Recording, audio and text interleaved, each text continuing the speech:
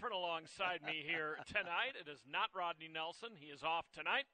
We welcome our esteemed thoroughbred analyst and paddock host, Dave Appleton, filling in for Rodney. Dave, it's great to have you. I know you have covered a lot of big races through the Cowboy Channel, Ruidoso Downs, etc., and you've been here since the beginning, so it's great to have you commenting on some quarter horses. Oh, it's fun to be here, and what a great night. I mean, you know, when you look at quarter horse racing in the fall at Lone Star Park, you can circle two feature races, the Dash for Cash and the Texas Classic Futurity, and we've got the Dash for Cash finals tonight. What a great night to be at the races. It is. Beautiful weather once again, a fast track, first post in 1 hour. Please wager early. We've got a good turnout already coming in, a dozen races. Dash for Cash Futurity and Derby, plus the Juvenile. So let's get right on to our analysis, our selections here. We start right out with a $10,000 claimer at 870 yards. We do have quite a few scratches tonight, so we'll go over them. Scratch the 3 Music Dash out of the first. Also scratch the 8 Just Perfect Moon and the 10 Lot of Thunder.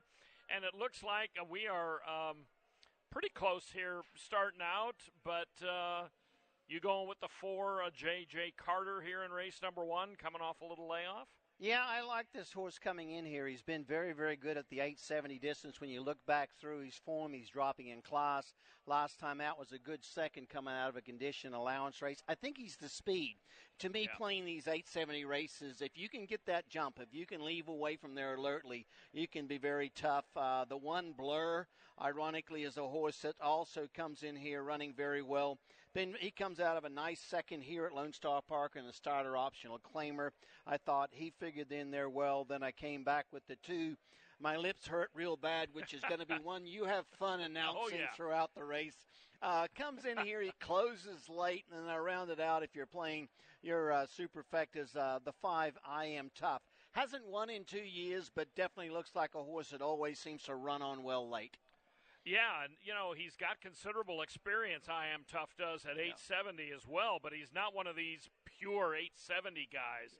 I agree as far as J.J. Carter on the speed. I mean, he is probably going to have to gun out for the lead. I don't know if Blur is probably going to have to sit just a little bit, as much as these 870 guys can sit. Sometimes, though, that's not bad, because you see some of these speedy 870 horses, they get around that turn and they leave the rail open. So that's what I'm hoping for with Blur. He was a really good claim. Claimed in June by Arnold Lewis for $7,500. Since then, he's reeled off a couple of wins, a second and a third, while climbing a bit in class. So I'm going to give the nod to him, but the 1 and the 4, very tight. I think it's a bit of a drop-off to the rest here, but a good way to get things started. Race number 2, Texas-bred 2-year-olds. These are maidens. $15,000 is the claiming tag. The horse I originally had on top, the 9 Sophia Wanted Waters, scratched. Also scratched the 11 Hot Cindy. I scratch into one off the also eligible list in this one, and, you know, I'm really not wild about the outside. Not that the track's biased, but I just rather be in toward the middle in a little bit. They just seem to fare a little better, and you're drawn with your 3-horse, you know, right in the garden spot as far as post positions go. Yeah, this was an interesting race to me. When you look down through there, I thought from a handicapping perspective, it was perhaps the most wide open kind of, if you could find a little bit of an upset special in here. No real clear standout, and like you talked about, the 8-horse, your top choice was already scratched out of the race, but I settled on Laney Boy to 3, and the reason I ended up on Laney Boy, comes out of a 250-yard race last time out. Good, solid second, was actually right there, ran well down the racetrack. Race before that, third again, showed good speed going, again, 250, now stretches out to 330. Thought that horse figured in there quite well. Wanda Jean finished back behind Laney Boy, was my second selection, so I stayed in there, and then I went up with the 6. High Dashing comes in here second off of a layoff. Last time out, kind of got interested late going 350. Not rare to see one come back and run a lot better second off of a layoff, and I did go to the outside with one smooth operator drawing in with the scratch. I think comes off a good solid effort last time out at Gillespie, just beating 3/4. Yeah, you know, the thing about the Gillespie horses, some years some years that form holds up a little better than others. It's just the way things go. This year, horses coming straight out of Gillespie haven't fared quite as well to my eyes, a small sample size. And this horse ran every weekend that you could go at Gillespie, had 4 races there. Most of them, though, were pretty competitive. First time out for the current trainer, Juan A. Hernandez. It was definitely competitive down there. Like I said, I mean, you can win from anywhere on this racetrack, but I'm not crazy about the outside post. It'll be the 10-hole here with the 2 scratches, but I'm not real enthusiastic about my picks in that race, but, you know, well, we said we'll that root 'em you home talked about anyway. it's a wide open race. Yeah, it is. I mean, Very really, much so. there's not. And that's the thing with handicapping, and I'm sure the same with you. When you look down through a race, you try to look for horses you can't use and go with the ones you can use. He figures in there just as well as the rest. Yeah, very good point. On to the third. 300 yards. These are maiden claiming 3 to 5-year-olds. $20,000 the price tag, so a good group of higher maiden claimers here. Take out the 2 also eligibles, numbers 11 and 12. Yeah, and I went to the 10-hole with Damn If I Know. Comes in here quite well. Sounds like a perfect thing for a handicapper that can't pick a winner. Exactly. You just go with the name, Damn If I Know. But this horse has been very, very consistent. There was a lot of horses in here that have had a lot of chances to win. This one here fits in there. He's 8-time starter. He's been in the money twice, comes off of 2 back-to-back efforts that I thought were very good. So I went with him. Then I went down onto the inside with the 2-horse. That's going to be Silks to Kisses. Been in the money half of her career. She's been a 10-time starter. This is her 11th start. She's ran second 3 times. Comes off of a good third, a good second. Again, Toby Keaton, one of our top trainers, comes in here, this filly, last time out. Good, solid effort to run third. Figures in there quite well. The 5, Knight in Shining Armor, another one of these professional maidens, 13 times to the racetrack. She's burned some cash. This gelding's burned some cash, but these numbers figure in there quite well. And then I came back with BV, Only a Dream. Blinkers come off, comes out of Eddie Willis's barn. Blinkers coming off. I think this could help this filly a lot. She's run a couple of decent races and could get in the money at a decent price. Yeah, Eddie Lee Willis has been absolutely unconscious. Yep. What do your stats show in your PPs for him? 50% winner. Yeah. Yeah. I mean, it's 12 starters, 6 winners. That's amazing, isn't it? There you go. Get on the horse that's hot. And they've all been for Bella Vista Farms. They're the leading owner right now. They're pretty much lapping everybody else. His barn's been very sharp. This horse last time at a higher level of race, it was a filly race. She was in against fillies, but it was a maiden special weight. Just got a horrendous start. Out very poorly, bumped. I got to throw that race out. And she's in for a tag for the first time. And she only really shows one good race. But, I mean, I think the drop is really going to help her. So I'm going to take her. I know you always like to say in the paddock, it's a big drop when you start going from maiden specials down into maiden claimers. Yep. So among these that have all had several starts, and there are a lot of professional maidens in here, I'm going to give her a little nod over Damn If I Know, who I think is fairly clearly based on form the one to beat in there. Yeah. Race 4. I think this one's pretty wide open, too. 300 yards. These are 2-year-old maidens, not eligible to be claimed. Scratch the 1, Take My Name, who's a half to... whose mother, I should say, was a half to an All-American winner, and the 11, The Eyes of Marfa. You know, you've been in Texas a long time. Jerry Wyndham, legendary breeder. Oh, yeah. You know Jerry at all? I know Jerry very well. You know, he had Take My Name in here, and I liked her in this spot. I didn't have her on top, but I liked her. But his filly is coming out, and so it makes a wide-open race even a little bit more wide open, I think. Yeah, and I ended up with the 2. This Dude Can Dance. This gelding comes into this spot. I really like this horse because of the way he ran in the trial. Now, notice the winner of that race, Kiss My Maruska, actually came back and is qualified to run into Knight's Dash for Cash finals. So I use a lot of my handicapping angles around the company you keep. What's that company doing? Only a 3rd start for this horse comes in here, ran 6th debut, not a lot, then improved a lot this next time out. Now comes out of that futurity trial, drops back in here. I think any more improvement puts This Dude Can Dance definitely in the middle of things. You go out to the 10-hole, again with Possum Legend.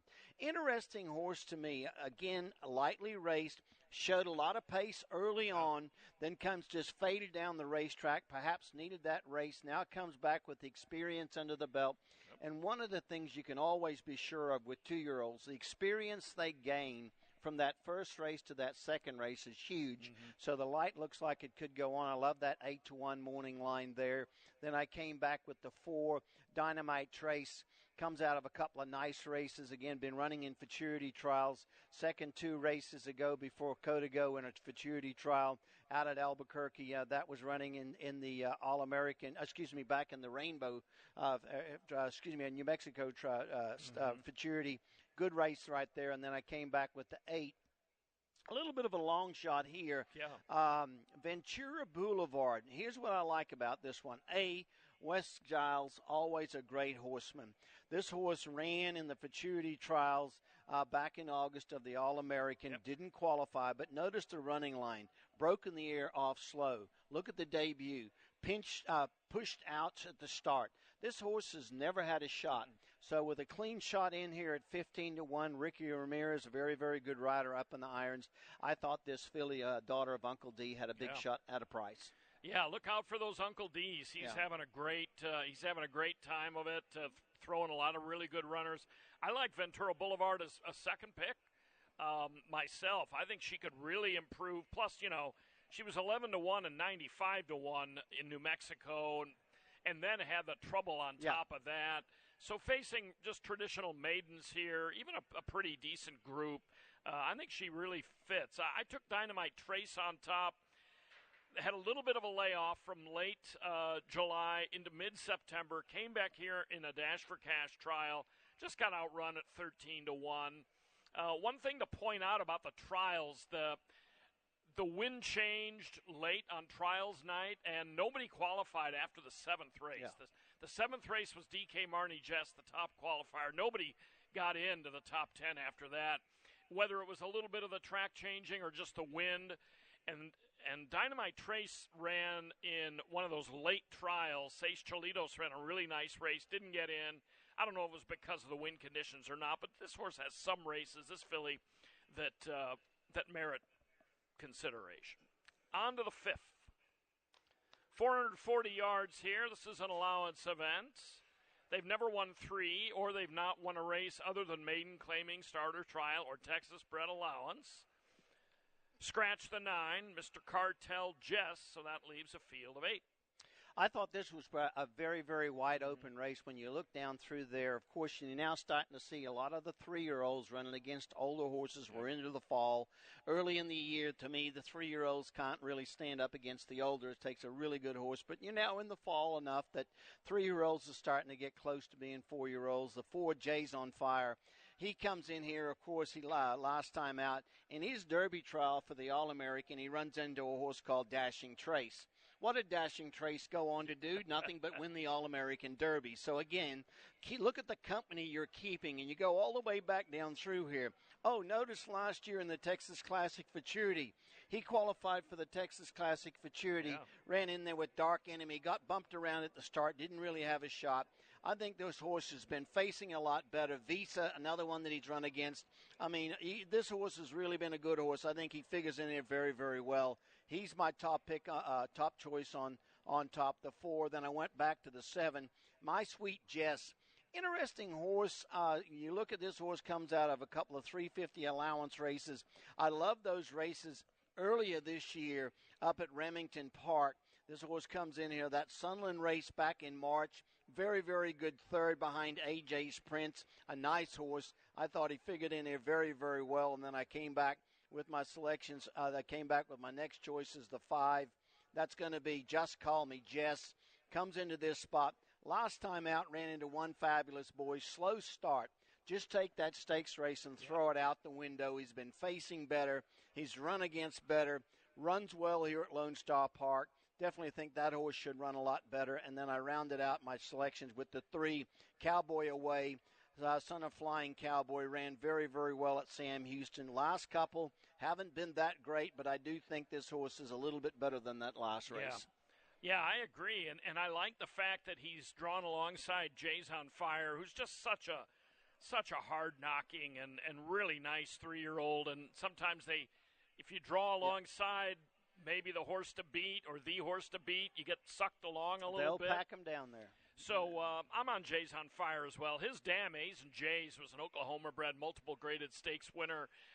Terrific filly. I think she earned $700,000 or $800,000 on the racetrack, and he is a really nice representative of her.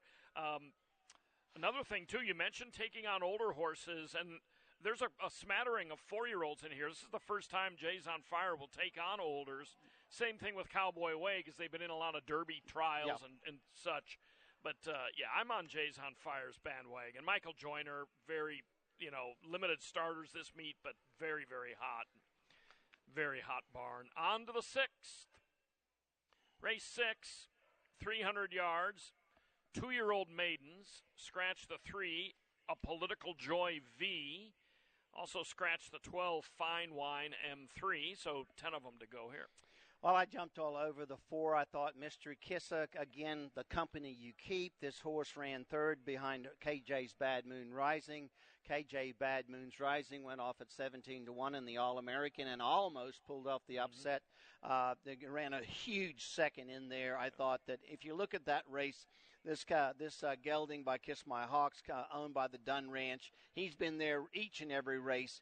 He looks like to me if he'll run that race back, coming out of that quality of a race, he should be very tough. The 2, Praying Cartel, again, comes out of some good races. Again, ran with Aguila Rapida. Aguila Rapida was very good, ran second in the the Riadoso, came back, ran third in the Rainbow, so he's been keeping good company, so you got to use him. Then I went out to the 10 house. Time for Chilitos. Again, a Gillespie horse coming in. Quality-wise, is he stacking up against the other horses, but still did nothing wrong in his debut. Early on, showed speed. And here's really kind of a big bomber for your last one for my 4th horse, the 11, Habinger. First-time starter, trained by Juan Vasquez, Bobby Cox bred. This is a full brother to the dam of the mare Rotation. Now, Rotation, she only run about $460,000, multiple stakes winner. Hard for a first-timer to come running late, but in a wide-open race, I just thought for a flyer, I'd throw in the 11. Sure.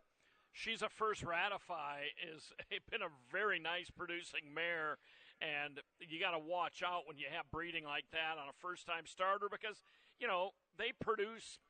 Breeding will only get you so far, but sometimes they can tip you off to a horse that has talent that we just don't know much about yet because they haven't been to the races. And this is a fairly lightly raced bunch, but clearly the top 2, Mystery Kisser and Praying Cartel, do have the experience edge, having been in those really good trials. I just think that Mystery Kisser has been a little more competitive in some of those trials, a little bit better finishes, a little bit less trouble. It looks like Praying Cartel might be a little bit of have a start issue here and there. So I lean toward Mystery Kisser as well. They're both going to be kind of short prices, but I like your line on this. She's a first ratify, Apolitical Jess Firster on the outside. Yeah, nice pedigree. Has a license to be a runner in a wide open race. Okay, now we get to the back half of the card. We get up to some of the stakes. The pick 6 starts with the 7th race. The Dash for Cash Juvenile, scratch number 9, to kill ya on the Hawks. This is essentially qualifiers 11 through 20, although 3 of them that got into that niche didn't come back, so we have a few extras in here. But still, these are the ones that just missed out. Yeah, and this race is for everyone wondering how the others that didn't come back. It's an invitational. All juveniles are invitational, so you can choose to come back, you can choose not to come back. And there's been some very, very nice horses that have come out of juveniles to go on to have great careers. In fact, the late Great Danger was one of those that, as a 2-year-old, he qualified for a couple of juveniles. It wasn't until a 3-year-old that he got good. So don't be looking and saying, oh, gee, these aren't very good. They're very, very nice horses. I thought the 5, my favorite MPV comes up into this spot. Again, look at the company. Go back through with the form. He's won his last. This filly's won her last 2. And before that has run into none other than DK Marnie Jess. Yeah. Of course, didn't have a shot in the Sam Houston Futurity, but ran a very good second, beating only a nose to that one there. So I think that kind of, to me, tips her as a filly, I think, to beat in this spot. I did come back with Embers of Time. The 3 is my second one. Again, third to DK Marnie Jess last time out. Third the time before that. Before that's been there, right there each and every time. Another nice-looking filly in this spot. Then I went back to the 6. That's going to be a Political Joy JM. Back-to-back victories in a row, going back through the form. Looks who's in there. Kiss My Maruska. So she's run with some good horses to run third there. Figures in there quite well, and then I rounded out, not to just go with all the girls in this spot. I found a colt in the 8, Respect. Comes in here, very, very nice horse, already graded stakes places, comes out of a grade 3 up at Fairmount Meadows at Tulsa. Never been out of the money in 4 career starts. Definitely has a license to figure in here, and that was his first time to go 400, so should be a lot better. And notice the running comments, he got up late, so he comes out of some shorter races, has a big shot to really move up in this spot. Yeah, I went ahead and took him second. Clinton Crawford, very good trainer. Good connections here. This horse's performances speak for themselves. He ran in the very last trial on the 14th of September, and by then the horses just weren't getting in. He ran a really nice trial, but not quite fast enough to get in. But I like him for second. Favorite MVPZ just ran a virtually flawless trial. It was just outstanding and has run well on other occasions too. So I think that's a clear-cut favorite. Now, we go the super short way here, 110 yards in race number 8. Scratch the 4, Tempting Alibi. Also scratch both of the also eligibles in here. We have a major winner in this race, San Lencho, who was the Heritage Place Futurity winner last year in 2023. Well, but they're not going 400 or 300. They're going 110. And my big claim for you is going to be, can you name all of them in 110 yards as the announcer? I just try to get the winner. And maybe the second place horse. You have 7 seconds. So. You got 7 seconds, and I'll tell you what, since I rodeoed, I'll give an 8-second answer to my picks. Yeah. I went 6, 3, 8, 1, and I went with speed. Anything that looked like it had speed early, I used. And when you look at our RGS Gold Wagon, he fits the bill, comes off a nice victory in a grade 3. So in this spot, if you wiggle and you don't break right, you're done. I just went 6, 3, 8, 1. Yeah, I think 3 and 6, 6 and 3 merit an awful lot of consideration here. They both show rapid beginnings. San Lencho does typically go a little farther, but it's a little counterintuitive, and I've only seen a handful of these over the years I've been here. We don't write that many, but sometimes horses that have competed at a little higher levels, even longer races, if they're good breakers, can still win these really, really short races. You'd think that just the blindingly fastest one, no matter what the class level, would win.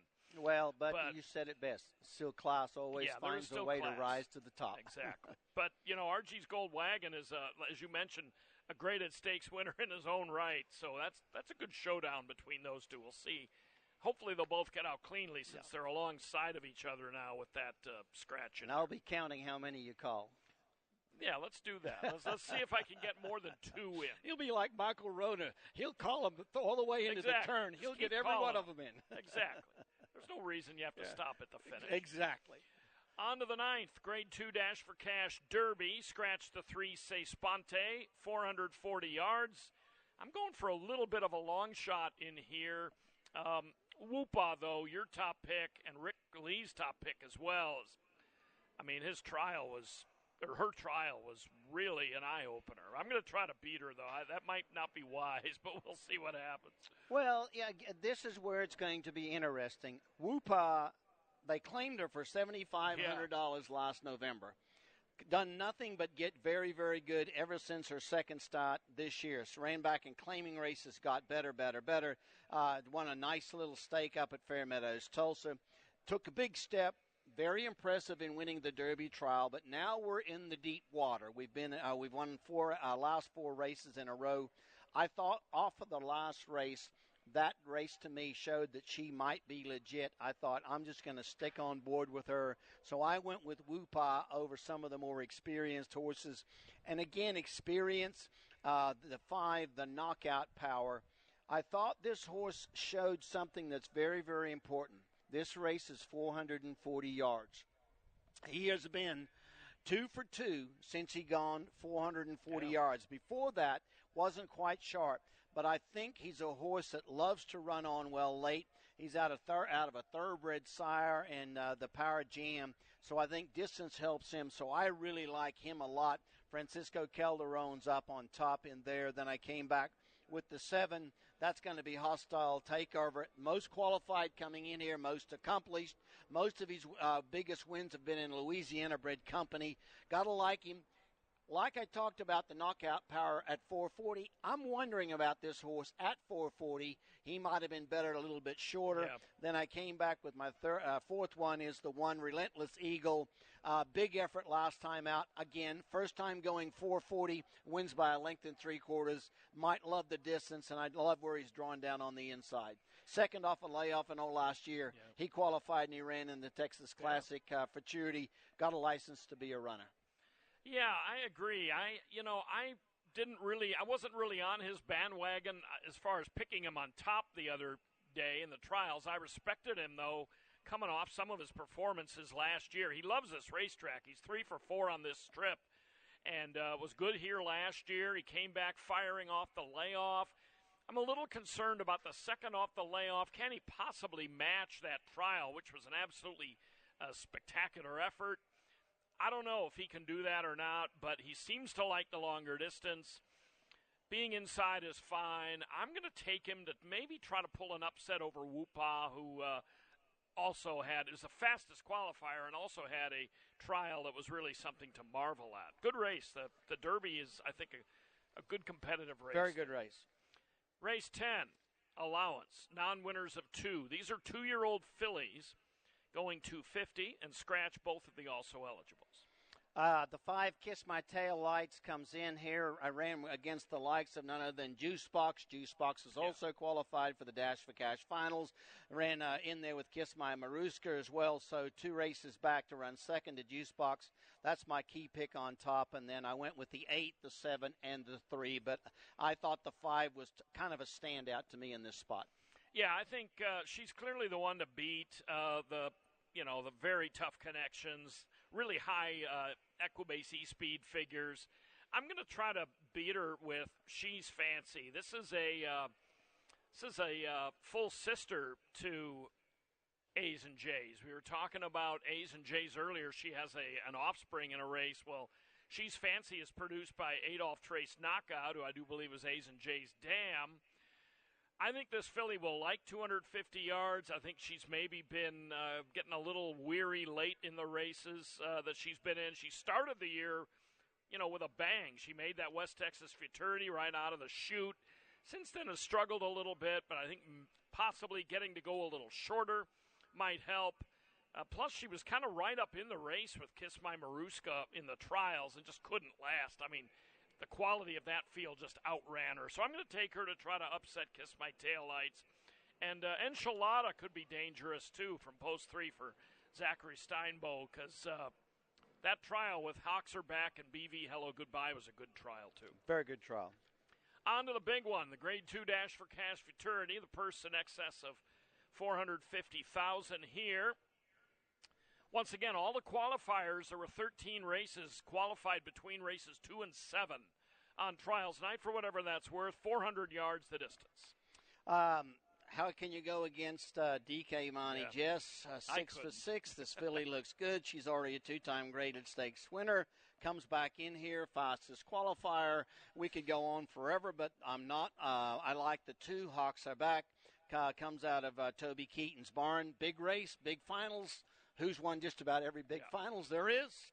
You got to go with Hawks are back. And ironically, this gelding is owned by Toby's wife, Cindy, so I know he'll probably definitely be firing on all cylinders. Then I came back with the 6. Juice Box, done nothing but win his last 3. Then I came back with the 4, and that's going to be Machiavelli. Won his last 3. Who's won 4 out of his last 5. 1 of 5 that Juan Diaz qualified in here. So look out. Diaz could have the whole superfecta. He very well could. Especially if Kiss My Maruska, who had a really good trial performance, only won by a head, did it despite a little bit of trouble. And Kiss My Maruska is a little bit of a trouble magnet. If he runs a really good one, he really could figure in the superfecta. But DK Marnie Jess, to me, I mean, she's one of these, could be a complete freak. I mean, until she loses, I'm not going to try to beat her. I just think she's drawn perfectly. Her trial was outstanding. She loved the surface, obviously. And Juicebox is also intriguing. He's on a roll for Juan Diaz, who hasn't been winning very much except on trials night here. He won a whole bunch of trials, but I think his futurity horses will get him fired up or get him back in the win column here tonight. And the top four in there and Machiavelli, I mean, they're all really, really good. I mean, no, it'll be a great race. It's four of the Diaz's and Keaton's horse are really good. 12th and final. Carryover of $8,650 in the Jackpot Super High 5. 12th race, Colton Gelding, Texas breds, 2-year-olds, scratch the one, Duke Waters, and both of the Alsos. Well, after this race, guess what? The lights will be out, so how can you not pick all the lights out? No, actually, again, go back over there and look at the running line. 4th, the Juicebox we just talked about in the finals of the Dash for Cash. In the Futurity Trial before that in the All-American. 4th behind KJ Bad Moon Rising. He's been there each and every race. Mark Jungus comes up with this gelding. I think he's going to be very tough. Then I came back with the 10. BR Tempting Eagle comes in here. Good effort last time out behind Apolitical JM. We talked about that horse running so well back there in that trial. And then I also came back with the 6. That's going to be none other than Bogart's Image. Good solid third, beating only a whisker. And then the horse that comes out of the same race, the 3, Just Regard, as my 4th horse. Yeah, Just Regard takes the blinkers off. You don't see a lot of quarter horses run without blinkers. Occasionally you see them take them off. I'm curious to see if that changes this horse's fortunes at all. But I'm on All Lights Out as well. Like you mentioned, just looking at how he was reasonably competitive against some super tough horses, and has run some pretty competitive races, figuring they've almost all been really tough spots. And nothing against this group, but tougher than these facing here today. I went with Valiente Stone as a second pick here, second off a layoff. Kind of got inhaled by DK Marnie Jess last time. This poor Valiente Stone got away really well, and all of a sudden, DK Marnie Jess just went by him like he was nailed to the floor. But still, against this group, I think he could fare better. And good race, a good way to wind it up. And it'll be a pleasure once again to hear your previews from down here. And a little taste of the summer meet. But, yes, it'll be fun. It'll be a great night of racing, and looking forward just to some outstanding racing. There's a sale in the gift shop today, by the way. If you make $50 in purchases, you can get a free Kentucky Derby glass. And tonight, 20% of all the sales benefit the Lone Star Park Charitable Foundation. So be sure to stop by the gift shop. All right. For Dave, I'm Jim. Thanks a lot for looking in. Post time in 27 minutes. Good luck tonight.